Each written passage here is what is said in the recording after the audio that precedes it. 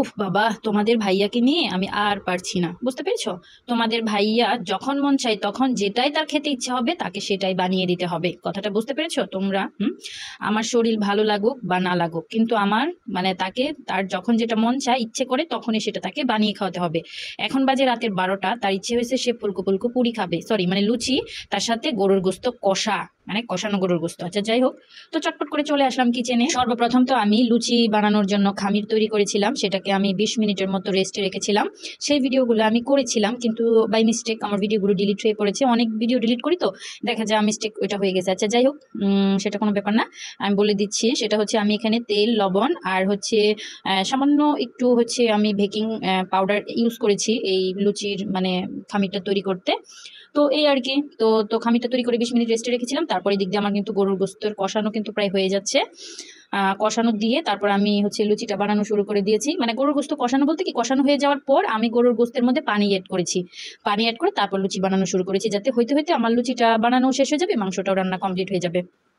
দেখো মশলা দিলে কি সুন্দর ফুলকো ফুলকো লুচি হয়েছে। কি খেতে মন চাচ্ছে?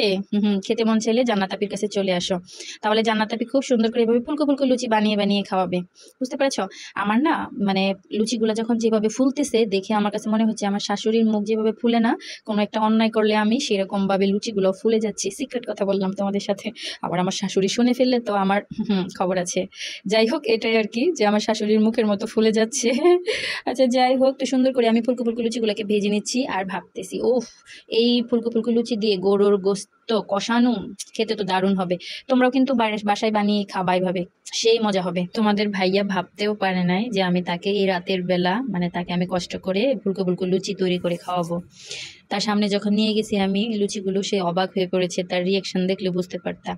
বাই দ্য ওয়ে, আমার ছেলেরাও কিন্তু আমার বাসায় ছিল, আমাকে অনেক কাজে হেল্প করেছে। যেমন ধরো আমার হচ্ছে কিছু আগিয়ে দেওয়া, তারপর হচ্ছে মাঝে মধ্যে আমার একটু ভিডিও বানিয়ে দেওয়া। এই যে দেখো মাংস প্রায় কিন্তু কমপ্লিট হয়ে যাচ্ছে, আমি কিন্তু একসাথে ঝোল দিয়ে দিয়েছি। এটা যখন শুকিয়ে যাবে তখন কিন্তু আমি নামিয়ে ফেলবো, হালকা ভিজা ভিজা করে রাখবো আর কি, মাংসটা মানে কষা কষা থাকবে। দেখো আমার লুচিগুলো প্রায় হয়ে যাচ্ছে। এই যে দেখো, এই ভিডিওটা আমার ছেলে আমাকে করে দিয়েছে, সুন্দর হয়েছে তাই না? আর লুচিগুলিও কিন্তু দেখতে দারুণ হয়েছে। আসলে সবগুলো লুচি একদম আমার শাশুড়ির মুখের মতো ফুলে গিয়েছে। আচ্ছা যাই হোক, কিছু মনে করো না, শাশুড়ির কথা বললাম, এই আর কি। সো বন্ধুরা, এখন হচ্ছে আমাদের খাবার ফালা, তো এখন আমরা খাবো। দেখো কি সুন্দর ফুলকো ফুলকো একদম লুচিগুলো, জাস্ট ওয়াও।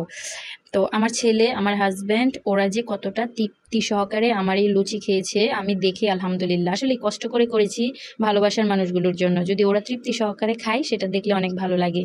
যাই হোক গাইস, সবাই ভালো থাকবেন, সুস্থ থাকবেন, আমার জন্য দোয়া করবেন, আমি আপনাদের জন্য দোয়া করবো। আল্লাহ হাফেজ।